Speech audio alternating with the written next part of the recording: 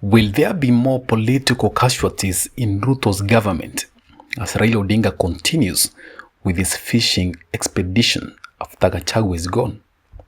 Remember, Gachagua miseries started after President William Ruto joined hands with Raila Odinga. Just like what happened in 2018 after former President Uhuru Kenyatta had a handshake with Raila Odinga. The relationship between Uhuru Kenyatta and William Ruto back then as his deputy turned from sweet to sour. Out of respect, my friend, Mr. President, please be a decent human being. Kuwa mungwana, kuwa na shukurani. Sisi ndio tulikusaidia. Wacha kujifanya saizi eti sijui unajifanya nini. Please, ama niaje my friend. Sasa eti wewe sasa unaanza kunithreaten mimi. Ati utanifanya nini? Bora usiue watoto wangu. Lakini mimi na wewe tafadhali tuheshimiane. Gachagua, before President William Ruto met with Raila Odinga, stated that he had blocked all avenues that would see Baba find his way in the government. Because he knew once Raila Odinga puts his head in the government, that will be the end of him. Hiyo ikulu nimeweka mitego kila kona, kila bahali nimeweka, na niko na watu wakunipigia simu. Wakionekana tu karibu naambiwa. Mimi nalala na jicho moja, ingine nalala ikiwa on. Nafunga moja usiku. Ile ingine nakaa kama torch. Nikisikia maneno nakimbia hapo. Kwa sababu hii serikali tulitafuta na shida mingi sana. Even with all his traps, instead of Raila Odinga getting into those traps, the traps worked against Gachagua. However, Gachagua is not the only casualty. We have Moses Kuria, Professor Njuguna Ndung'u, Zakaria Njeru, Mithika Linturi, Susan Akumicha, Aisha Jumwa, Ezekiel Machogu, and Simon Chelugui lost their cabinet positions to Raila men, even though not to all positions. Some of them, just like Gachagua, are publicly stating that they did a mistake of trusting William Ruto. Tell you for free and without any fear. When you are making negotiations, when you are structured, you come out stronger, you are better, and you cannot easily be targeted.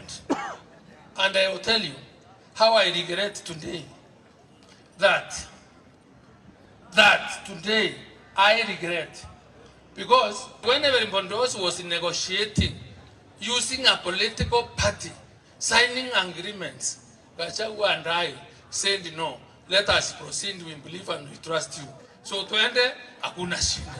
It was obvious that Raila Odinga had negotiated for a big piece of the government, and more shake-up is looming. I see Raila Odinga wants more from the government. But who will be the next casualty? It's rumored it could be Moses Wetangula, the National Assembly Speaker. As hard as it seems, it's very possible. I know Moses Wetangula is the Speaker of the National Assembly because of the votes he delivered to William Ruto in 2022 as Fund Kenya leader. But between Raila Odinga and Moses Wetangula, who does Ruto need more for him to secure re-election in 2027? Obviously, it's Raila Odinga. Moses Wetangula will be the sacrificial lamb for a bigger price. And in fact, Wetangula can be replaced with his younger brother, Timo Wanyonyi, and the Bukusus will have another of their own in that seat. And I doubt if Wetangula can launch a fight against his brother. I'm also reminded of the premium that our society now places on the leadership qualities of persons living with disabilities when I see seated in this chamber the Honorable Timothy Wanyonyi Wetangula, my young sibling and a leader in his own right. See, currently, William Ruto needs Baba than Baba needs him, making Baba more powerful in the negotiations.